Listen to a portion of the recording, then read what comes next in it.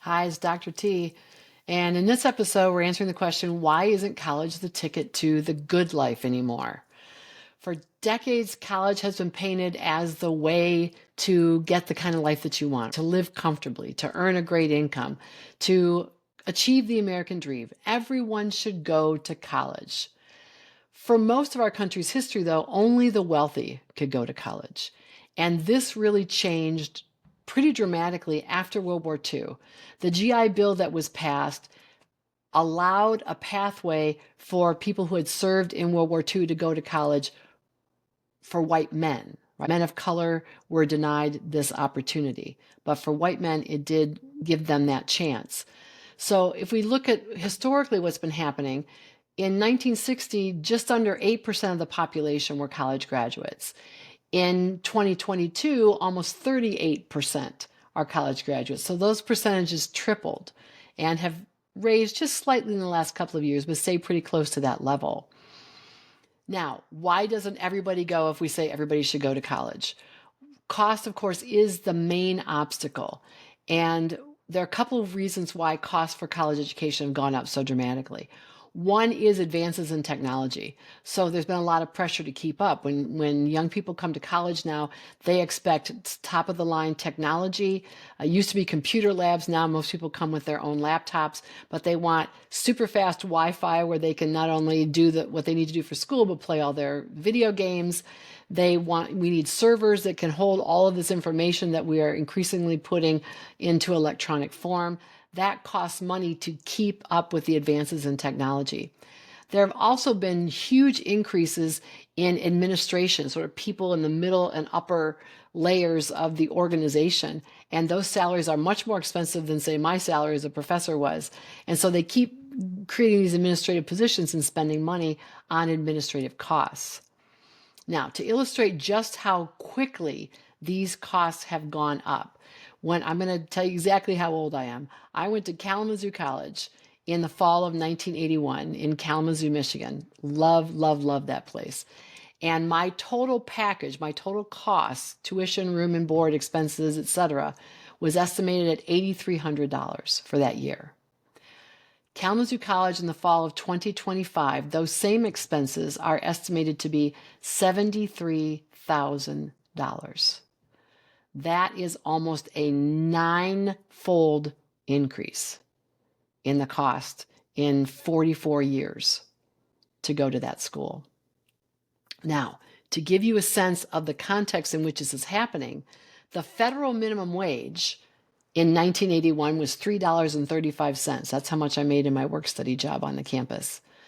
The federal minimum wage now in 2025 is $7.50, which means that the federal minimum wage has barely doubled in the same time frame that the cost of college has gone up 9 times. There's another big shift that you have to be aware of, though, and that is that when I went to school, my family did not have money to send me to school.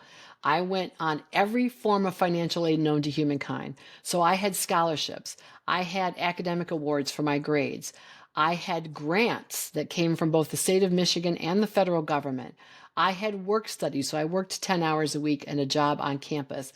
I had national direct student loans that came from the federal government and guaranteed student loans that I was considered eligible for, but I had to get at a private institution.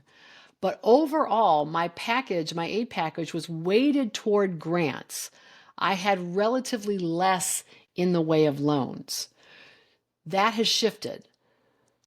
Legislatures at the state level and at the federal level have shifted the burden to students in terms of loans. They're giving out a lot less money in grants and just guaranteeing the student loans. So that's made it harder for students because not only has the cost gone up dramatically, but they have to borrow more, relatively speaking, than they did when I went to college. And that's a huge burden. A lot of these students are preparing for jobs that will be very satisfying. They will feel like they're making the world a better place as they engage in those jobs, but they are not going to be exceptionally well compensated for them. Not like they would in, say, engineering, or if they pursued a medicine career, let's say. So students have to think like accountants.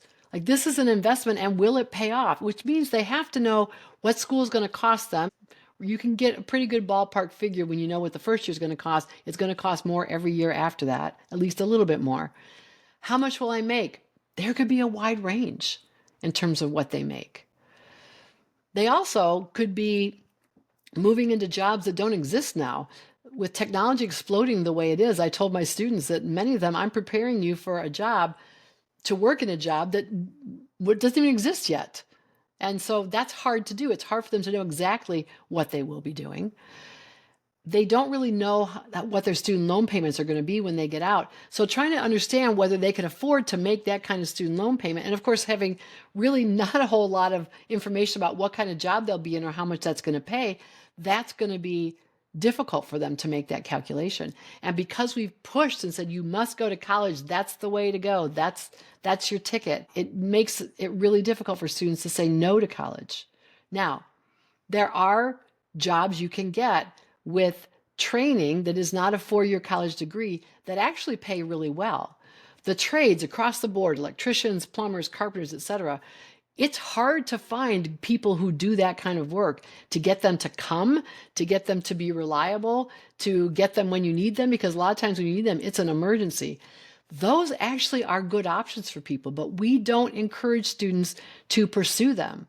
They also tend to pay higher than a lot of jobs with college degrees. So a lot of these make the world a better place jobs are not very highly valued and therefore not well compensated. So it is possible to make a lot more money without the 4-year degree than someone who has the 4-year degree and all those student loans is going to make. But still, why? Why, that original question, why is it that college is not a guarantee to those good jobs that pay more? It is not just about the fact that college costs more. It's what we call rising credentialism. It is this practice that when only wealthy kids went to college, the college degree served as a marker, a gatekeeper for the best paid positions in our country. If you had a college degree, you were distinguished from 90% of the population, more than 90% of the population. It was a way to make sure that wealthy kids got the best jobs when you said a college degree is required for that job. But now, when so many people get it, it's almost like what it was a couple generations ago when you got your high school diploma. That sort of separated you. But now that's not the case. And so now you need more advanced degrees. You need a master's degree or maybe even a doctorate to do the same thing a college degree would have done for you a generation or two ago. And of course, it costs money to get those degrees. So a lot of students are in a no-win situation when it comes to trying to figure out whether a college degree is going to pay off for them the way that they hope it will.